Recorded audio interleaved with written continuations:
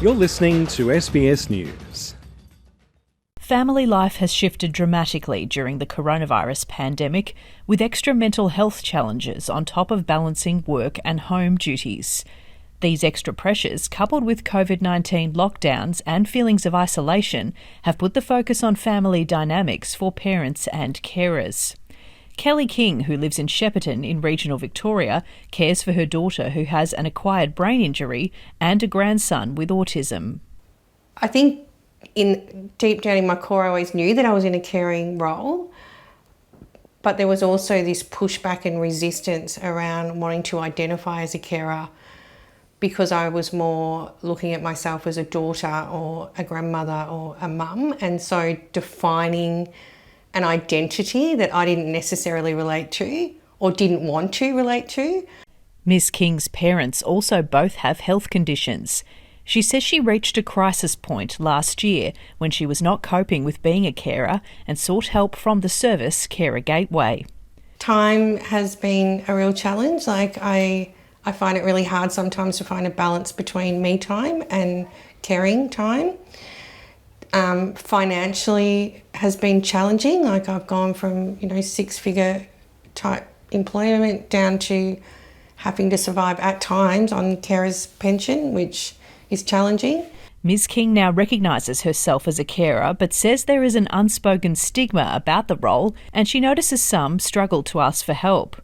As a result, many carers can feel isolated, particularly during the pandemic, but support is available through Carer Gateway, launched last year. Vicky Down is the State Manager of Carer Gateway, which is designed by carers, and she says there is a big demand for emotional support. COVID-19 caused a lot of stress for carers. As you can imagine, carers were receiving in-home respite and supports in the community prior to COVID-19. And when COVID hit, all of that sort of stopped. Carers were really concerned about letting anyone into their home to provide them with any support. Some estimates suggest there are 2 young carers in every classroom, with Carer Gateway reporting that some carers are even primary school age. These young Australians taking on an unpaid carer role are having to step up to tasks beyond their years. It's estimated 235,000 Australians aged under 25, including some as young as 12, are in some type of caring role, helping a relative or friend. This group is eligible for grants to support education costs to ensure they do not miss out on opportunities for their future. Carers Australia CEO Liz Callaghan says many young people are taking up extra caring duties because of coronavirus, but they could be at risk. We know that young carers are already more susceptible to social isolation, financial and educational disadvantage, as well as potential impacts to their own health. About 1,000 grants are accessible nationally for young carers, and they can apply for a $3,000 bursary from next week. These people may provide care to an ageing loved one or someone who is dependent on alcohol or drugs without realising the duties they have. But for some carers, they are juggling multiple roles when parenting young children with special needs. Mother of 2, Menos Bowler, cares for her son who is legally blind, and in the past she has dealt with public assumptions about her role in his life. There was a lot of judgments by the public and a lot of criticism towards me. I felt like there was a lot of judgments.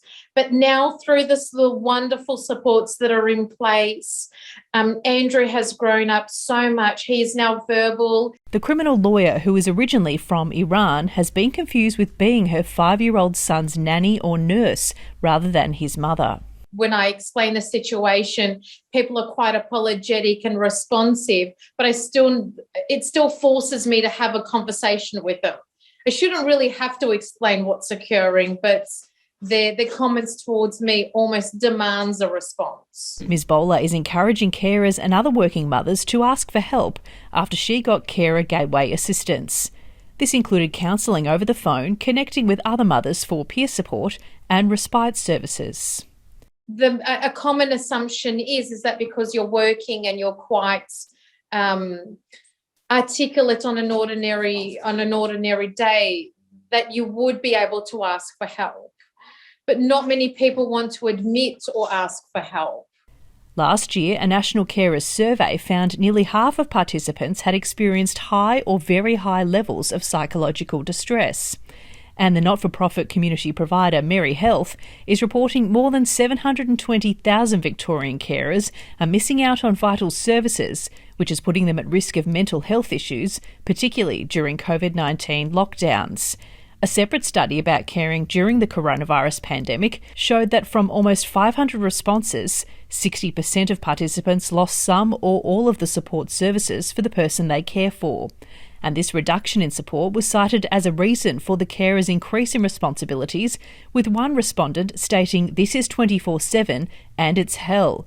The majority had suffered from worsening mental health since the start of COVID-19, highlighting the importance of extra resources needed for carers to ease the pressure on families. National Carers Week starts October 10 and lasts until the 16th with the theme Million of Reasons to Care. And for health and support measures currently in place in response to the COVID-19 pandemic in your language, visit sbs.com.au/coronavirus. Stephanie CORSETTI, SBS News.